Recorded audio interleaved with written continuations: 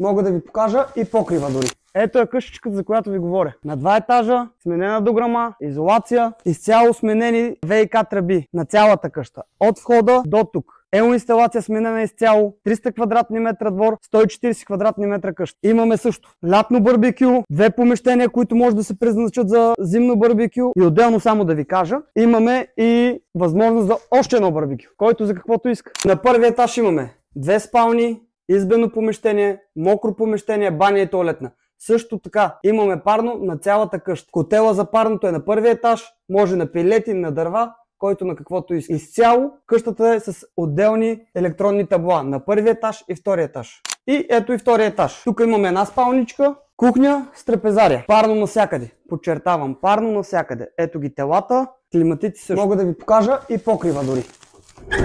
Може би няма да се наложи да го правите никога. Чисто нов покрив. Ако искате да се здобиете с този имот и събужда интерес във вас, побързайте да ми се обадите за детайли и цена.